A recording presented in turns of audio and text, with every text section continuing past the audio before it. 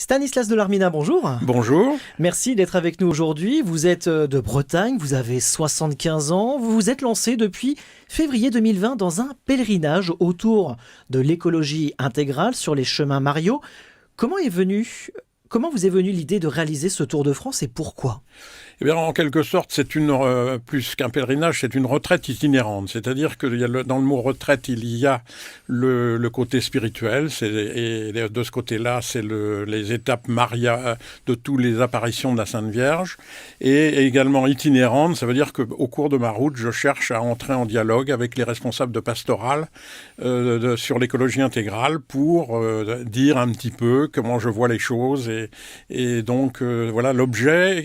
Et donc, je me suis dit que si je voulais un peu bousculer, si tant est qu'il le faille, bousculer le regard que beaucoup de gens ont sur Laudato Si, il fallait que je commence par me bousculer moi-même. Et donc, je suis parti sur les routes. Alors, ce dialogue, on va en parler dans un court instant. Alors, vous avez parcouru plus de 2500 km aujourd'hui, un Tour de France sur les chemins Mario. Alors, sur les chemins Mario, ça veut dire que Marie a une place importante dans ce pèlerinage pour vous.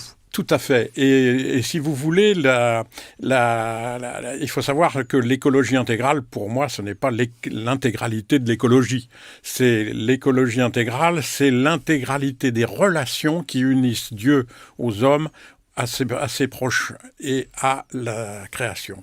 Et la Sainte Vierge, pour moi, est un modèle d'écologie intégrale dans la mesure où personne ne va douter de la qualité de ses relations avec Dieu, ni avec les hommes, puisqu'elle est la mère de l'humanité, et ni avec la création, puisqu'elle est la reine de la création. Une démarche de dialogue autour de l'écologie intégrale, c'est ce que nous venons de dire dans l'introduction. Vous organisez des conférences sur votre parcours. Alors, des conférences ou des débats ou des rencontres, ça dépend des opportunités et des souhaits des personnes que je rencontre. Oui. Je pense en particulier, par exemple, récemment, à une rencontre avec les étudiants où l'aumônerie m'avait demandé de parler avec eux de la création, la Genèse, Dieu dit que cela était bon, et de faire le lien avec l'écologie intégrale. Et c'était absolument passionnant. J'ai eu une autre occasion à Rennes avec les personnes qui étaient avaient accompagné l'évêque de Rennes à Lourdes en novembre 2019. Oui. Et donc là, il y avait un dialogue et il y avait dans la salle également 6 ou 7 jeunes séminaristes. Et comme je vais sans doute vous en parler, mais moi, je ne me sens pas bien du tout dans le discours de peur qu'il y a autour de l'écologie. Et j'ai montré à quel point il fallait plutôt commencer nos conférences par « Soyons dans la joie ». Là, j'ai sous les yeux l'accroche publicitaire de RCF, « La joie se partage ». Oui. Mais qu'attend-on pour dire dans nos conférences de pastorale écologique « Soyons dans la joie » au lieu de dire qu'il y a des catastrophes à venir, etc. Et je me suis rendu compte à quel point à Rennes, les jeunes étaient heureux de m'entendre et disaient « Mais qu'est-ce qu'on respire à entendre quelqu'un qui fuit le discours de peur ?» Oui. C'est l'objectif principal que vous voulez transmettre ou il y a d'autres objectifs ? Je pense qu'il y a une forme aujourd'hui, l'ennemi numéro 1, c'est la peur. Il n'y a pas besoin de vous faire de grands dessins sur ce qui se passe en ce moment.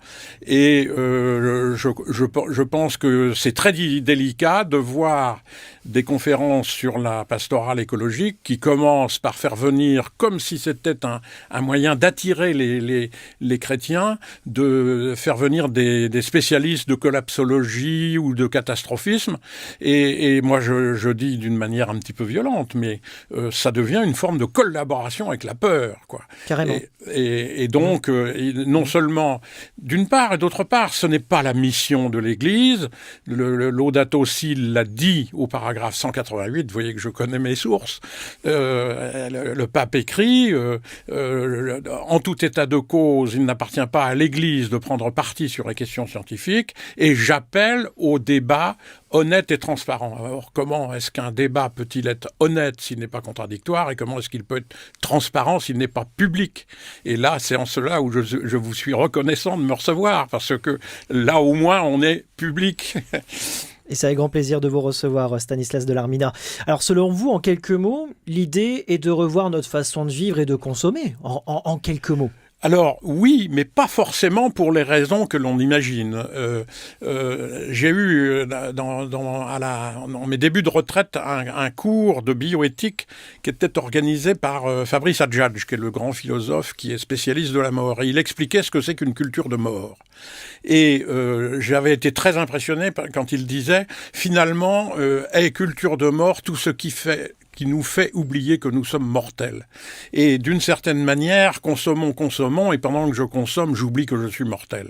En cela, la consommation fait d'énormes dégâts dans la personne que je suis, et j'en suis victime comme tout le monde, comme vous et moi. Et donc, mais ce n'est pas pour moi, donc il faut changer nos formes de consommation, mais pas du tout pour sauver la planète. Je n'y crois pas une seconde. D'ailleurs, j'ai dit un jour à un évêque, je lui ai dit, vous savez, il va falloir changer de discours dans l'Église, parce que la frugalité par précaution, je n'en crois pas un mot. La frugalité, c'est une vertu qui me permet de me dépouiller pour mieux me tourner vers Dieu et pour mieux être à l'écoute de la problématique des pauvres. Parce que même le partage, qui est une nécessité de comportement, eh bien, je ne suis pas sûr que ce soit cela qui va permettre de satisfaire toute la pauvreté qu'il y a dans le monde. Il y a des choses beaucoup plus graves, et je pense en particulier au commerce international qui rend les pauvres encore plus pauvres. Stanislas Delarminat, vous réalisez donc des milliers de kilomètres à pied afin de prendre conscience de l'état de la planète, mais aussi de rencontrer, on vient de le dire, de rencontrer, d'échanger, mais aussi de partager. Ce pèlerinage n'est pas encore terminé, mais pour vous, quels sont les souvenirs ou les choses que vous retenez jusqu'à présent ? J'aurais envie de dire, il y a deux choses. D'abord, il y a les souvenirs de méditation de la parole de l'Évangile tous les jours. C'est étonnant de voir que tous les jours, il y a quelque chose qui nous est destiné. Je pense que beaucoup de vos auditeurs doivent en faire l'expérience. Chaque jour, il y a quelque chose pour moi et pour chacun de vos auditeurs. Et sur la route, j'ai eu des occasions étonnantes, par exemple, de trouver un jour l'évangile sur l'indissolubilité du mariage. Alors on se dit, qu'est-ce que ça vient faire dans l'écologie ? Et je lis sur mon petit portable un commentaire du cardinal Cantalamessa qui dit, vous savez, les écologistes ont bien raison de parler du raccommodage créatif. Vous savez, pour ceux qui ne connaissent pas le jargon, c'est mettre une rustine rouge sur votre blue jean bleu quand il est percé. Eh bien, il disait, il faut appliquer les règles du raccommodage créatif des écologistes dans le mariage, c'est-à-dire se raccommoder. Donc vous voyez que l'écologie, quand on veut bien écouter, il y a des souvenirs formidables dans la parole quotidienne. Et puis les rencontres multiples que j'ai.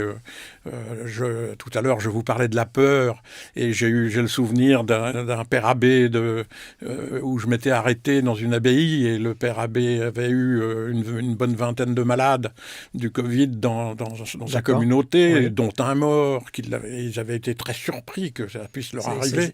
Et ils ont fait une réunion de chapitre, et ils ont dit « Mais nous avons vécu cela dans la joie ».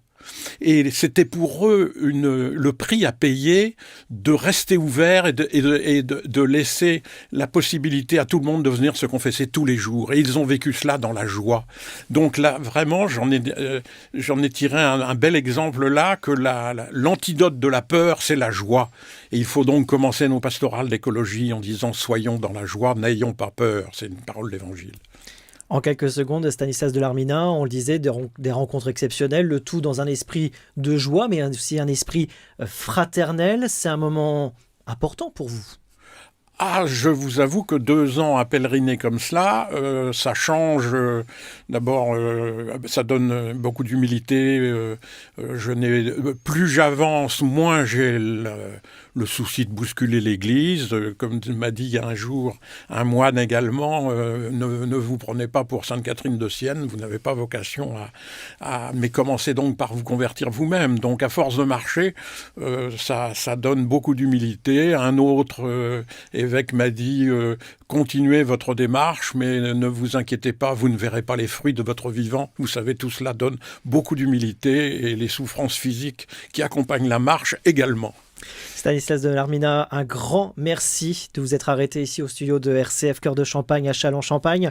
On peut vous retrouver sur un site internet ? Un site internet qui s'appelle lesdeuxailes.com, 2 en chiffres, tout attaché. Les deux ailes, c'est foi et raison, sont les deux ailes qui permettent à l'esprit humain de s'élever vers la contemplation de la vérité. C'est la première phrase de l'encyclique de Jean-Paul II, foi et raison.